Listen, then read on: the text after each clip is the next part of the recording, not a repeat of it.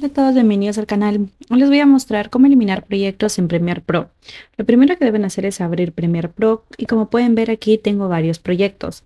Lo primero que deben hacer y saber es la ubicación donde está guardado su proyecto. Para ello simplemente coloquen el cursor sobre el nombre del proyecto y al hacerlo podrán ver exactamente dónde se encuentra guardado.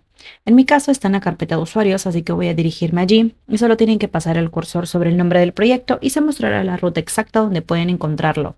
La mayoría de las veces podrán encontrar sus proyectos en una ruta similar a Documentos, Adobe, Premiere Pro 22.0.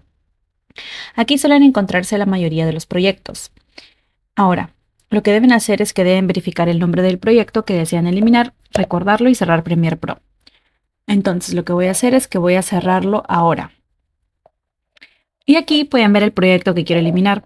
Solo tienen que hacer clic sobre él con el botón izquierdo del mouse y luego van a presionar Shift más suprimir o delete y después van a hacer clic en sí para que puedan confirmar.